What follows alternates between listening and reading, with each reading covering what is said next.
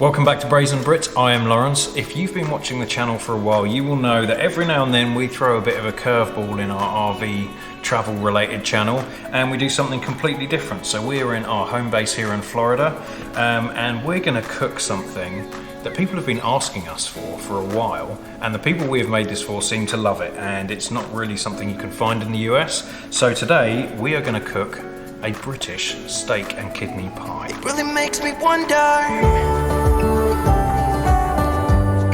It makes me wonder.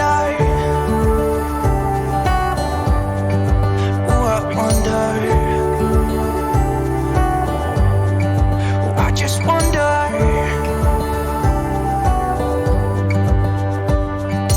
For the pastry, you will need 4.5 cups of plain flour. You will need 5 ounces of butter and 5 ounces of cheddar cheese, and then a pinch of salt to taste. Step 1. Chuck a bit of salt in the flour. Step 2, break up the cheese. So I'm just kind of breaking it off and into little chunks here, and you just do that until the full, 5 ounces of cheese is in there. All of the cheese is broken up in here. I will mix that in a moment. Now I'm going to do the same with the butter. This is a bit harder because it's obviously it's been out for a few minutes and we're in Florida, so it's kind of melted, but you just bust up the butter in here as well. Okay, busted all of that up. It should look something like this. Now all I have to do is spend a few minutes and just mix it all in. So you kind of just want to crush the cheese and the butter into the flour. And you'll probably need to do this for maybe 5 or 10 minutes. Break up the real big bits. Make sure that you can mix it in.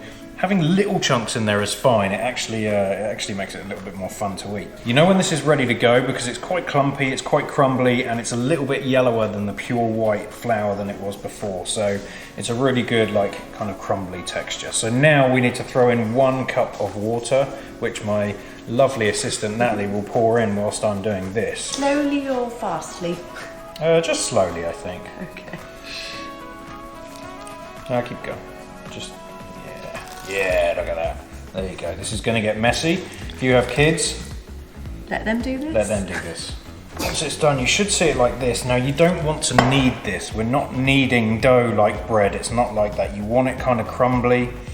You don't want it elasticy, so you kind of want it so it's holding together but not falling apart, and it's not elasticy like bread, so it's kind of together. This could maybe do with a touch more water, but to be honest, that's pretty good. So now all we need to do, throw this back in here. I'm just pushing it together in the bowl so it's all compact, and then I'm going to put some cling wrap on it.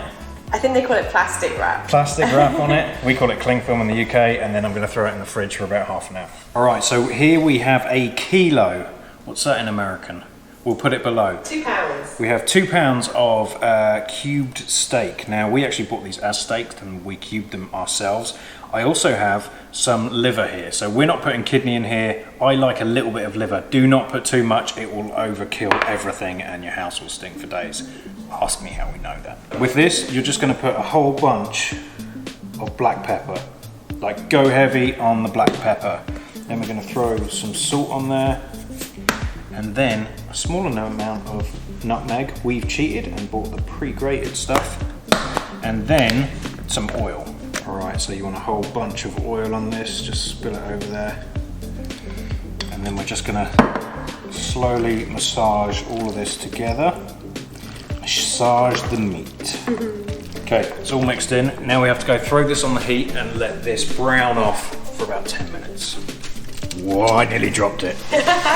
Okay, in a second pan, whilst we're browning off the meat, put some oil in there.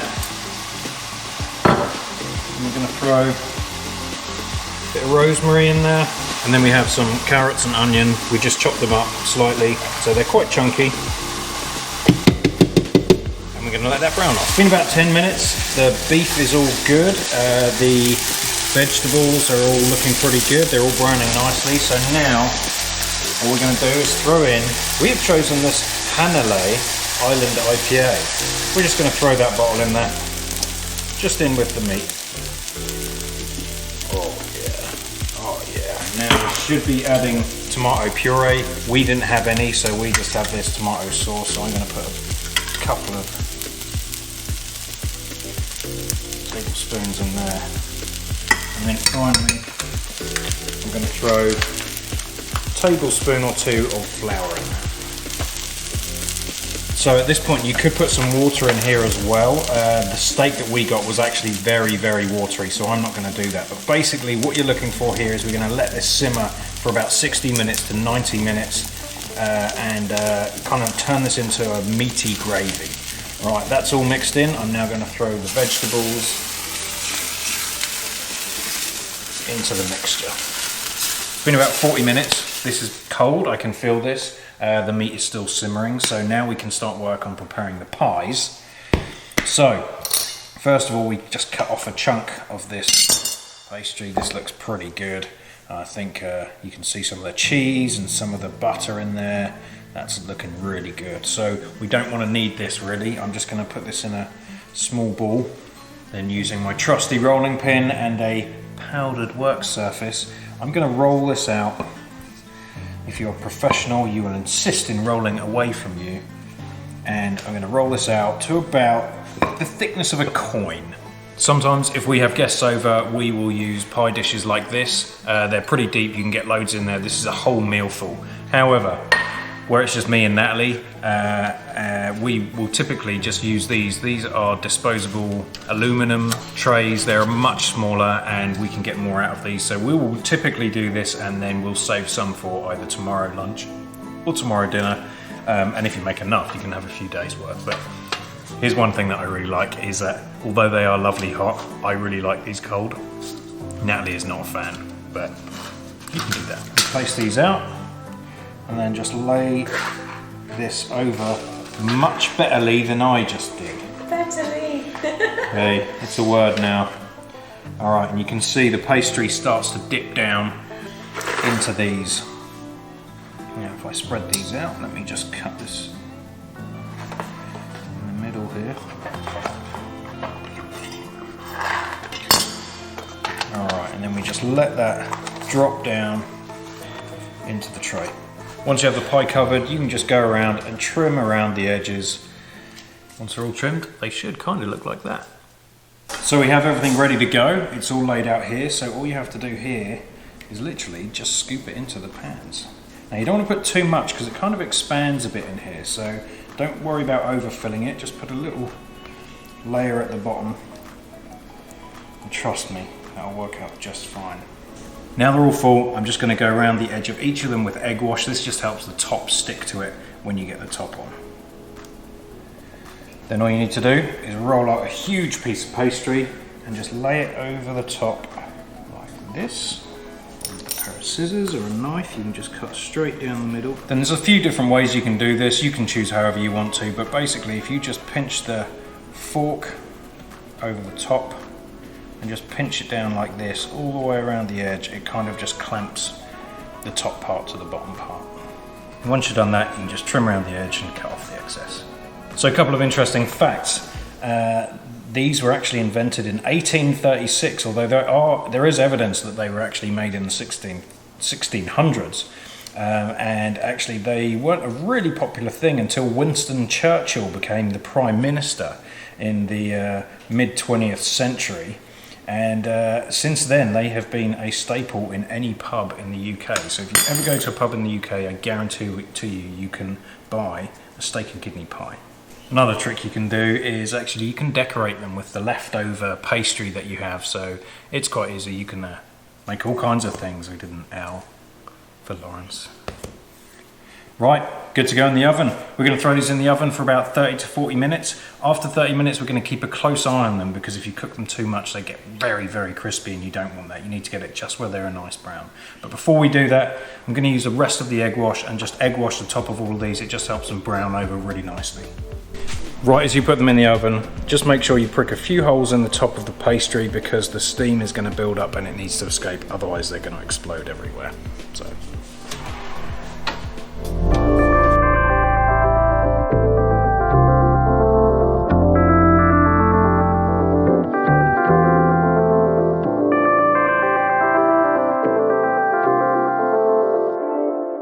Okay, it's been 30 minutes and they're looking pretty good. So let's just take one out and try it. see how it looks. Okay, I'm going to cut it straight down.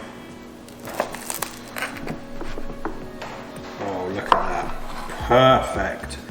There's a little bit of juice in there, a little bit of meat, and it's crispy, just how it should be. Perfect. Right, I'm going to take them all out. I think they're all done. We're good to go. Oh, that is perfect. So if you would like to make these, we will leave all of the instructions, recipes, everything down below. You don't need to put what we did. You could put chicken in here. Chicken and mushroom is a great one. Anything like that, and you can make this up. You could even do this in an RV. You just need space to roll out the pastry. But apart from that, it's dead easy, dead simple. We're going to leave these out. I'm going to eat this, obviously. Then we'll probably eat these over the next couple of days, I think. You can reheat them in the microwave and everything, and they're just as good. Anyway, thank you for watching. Here's a video that we recommend up here. Also, if you could please subscribe if you enjoyed this, we would appreciate that. And if you really want to become a member, you can hit the join button and become a Braziere and support a couple of tits. All right, we're out. We'll see you next week.